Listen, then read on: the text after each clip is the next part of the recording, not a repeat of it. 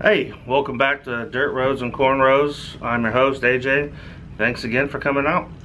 So we're going to talk a little bit about the Michigan State game. Now, this is recorded about a week afterwards, so I've had some time to contemplate. I've had time to really think about it. They just didn't play very well on either side of the ball. The offense was not very good. So I know Tony White came out and said, hey, my play calling was a little bit more cautious. I didn't get so aggressive. I didn't let him go out there, fly around, and he took the rap for that. Which I agree, there wasn't as many blitzes. They didn't blitz as much.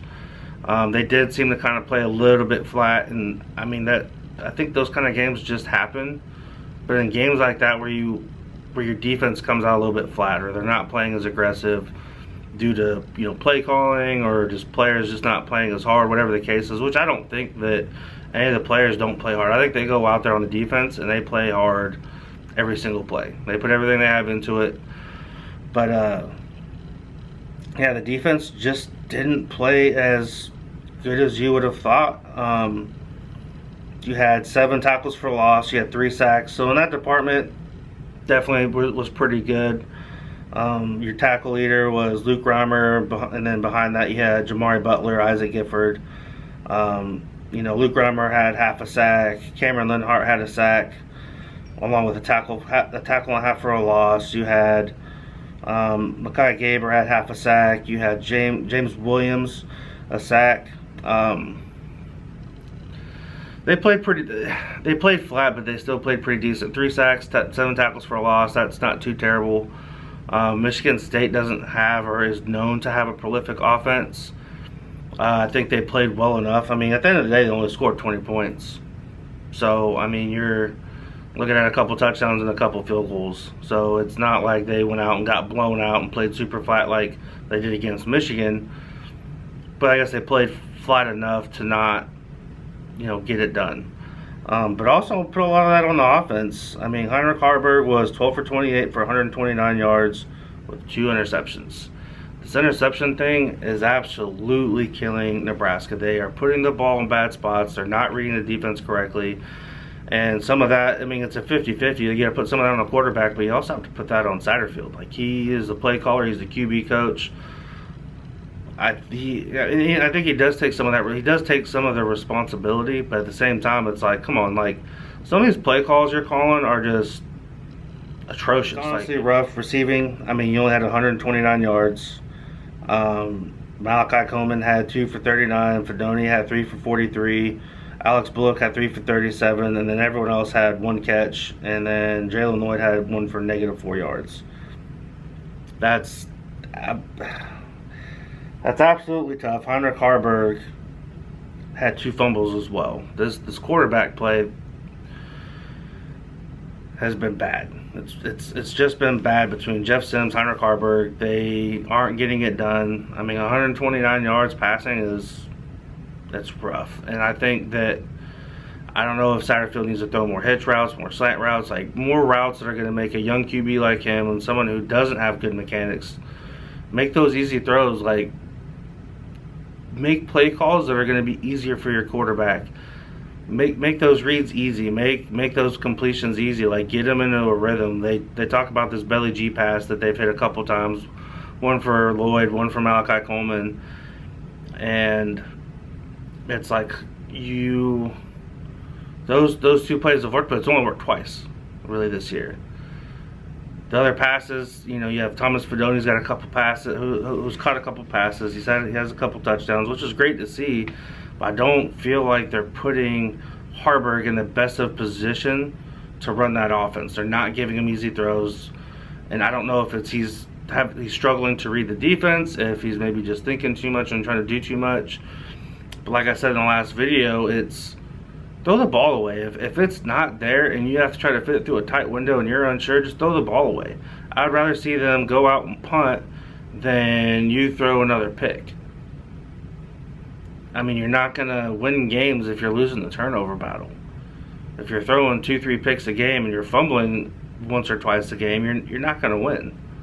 It's too hard, especially when you're doing it in your own end zone, in your own you're giving them like a 25 to 40 yard field to play with. Like they're going to capitalize, and that's what Michigan State did. They capitalized on fumbles, they capitalized on the picks. So rushing, 148 yards total. Emmett Johnson had 57 yards, Anthony Grant had 35, Heinrich Harburg had 31, Fleeks had 19, Jalen Lloyd had 6. So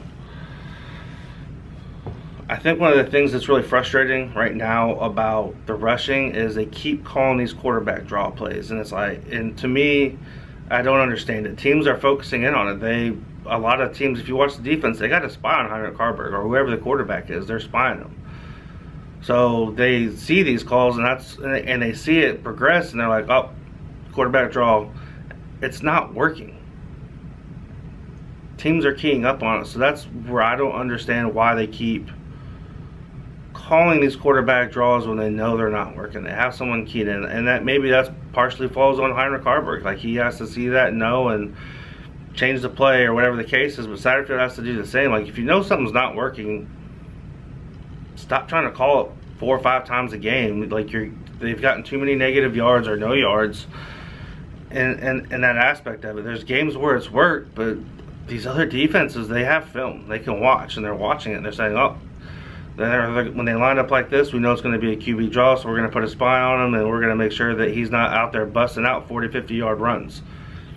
So I think they need to hand the ball off. Like I said in the last video too, the running backs get in a rhythm. Let them get in a rhythm.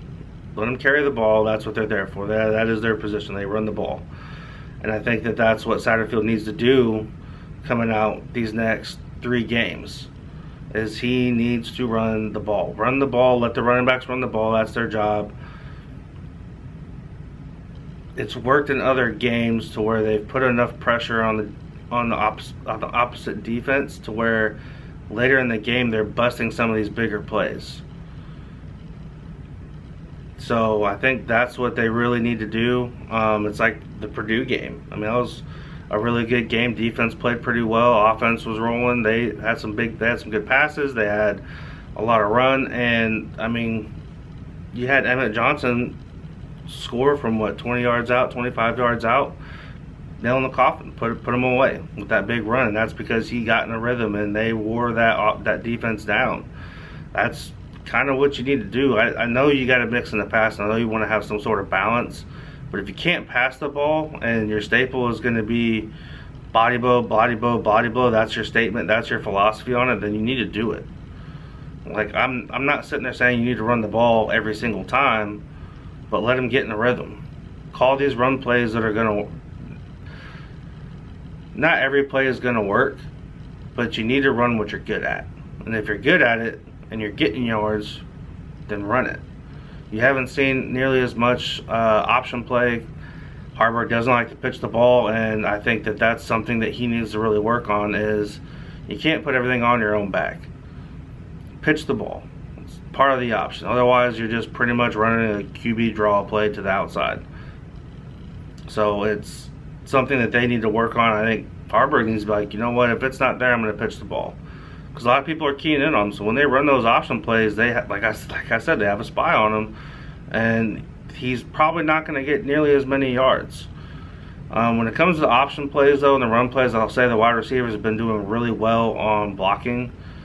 The offensive line has been up and down. You have missed 3 of your starting offensive linemen. So, you know, Corcoran's out, Piper's out, Newilly was out. Newilly can't... I mean, I get it, but at some point your offensive line has to open some holes. They got to work. So if you got to pull someone, or you got to, you know, have a guard pull or run a heavy set formation, you know, 2 tight ends, and that's how you got to get to run the ball, then that's what you got to do. Run the ball. We already went over receiving. Defense played well again.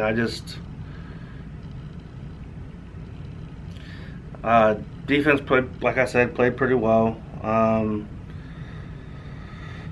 Kicking, Logano made a field goal, 2 extra points, did well. Buschini was only averaging 35 yards. Longest was 45. I think that's got to get worked on, but he's a really good punter, and I think he had bad games. And that's how it is sometimes. Sometimes you kick the ball really well, and you're going to have a game where you might shank one or two. So, but at the same time, when you look at the whole grand scheme of things, it's a team effort. You can't put the blame on Harburg or put all the blame on Satterfield or Rule or whoever. It's a team effort. Not just one person loses you the game. Now, having a bunch of turnovers, that does put a damper on things.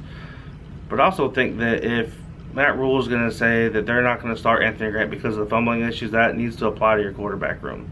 Heinrich Harburg has fumbled, and he has thrown multiple picks in all the games that he has started in. Turnovers, they really got to figure it out. They got to figure out how they're going to not turn the ball over, hold on to the football when you run it. If you don't have a play there in the pass game, throw it away. Get rid of it. I personally am fine with that. If you get rid of the ball, I'd rather you get rid of the ball, send out the punting team, have a good chance to maybe flip some field position, get a good punt in, and pin them back deep instead of throwing a pick and then you give them short field again. So, but things can only hopefully get better. We'll find out and see. Awesome. So I appreciate you guys coming out today. Thank you for watching. Have a good day.